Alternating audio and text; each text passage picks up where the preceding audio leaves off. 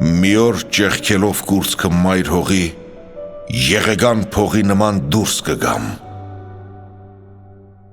և ինձ մտերիմ արևի շողին սիրով կնիքված բարևս կտամ։ Խրոխտ լեռներից ուժավորվելով, մտքով կգրկեմ գմբեթ ու գավիթ,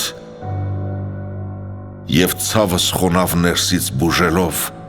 իմ մեջ կարթնացնեմ մհեր ու Դավիթ։ Իսկ ակնթարթն այս, որ կոչվում է կյանք, կապրեմ տողետող նման այս երգին, և այդժամ գուցե տիրամորթ ձեռամբ հայերեն օծվի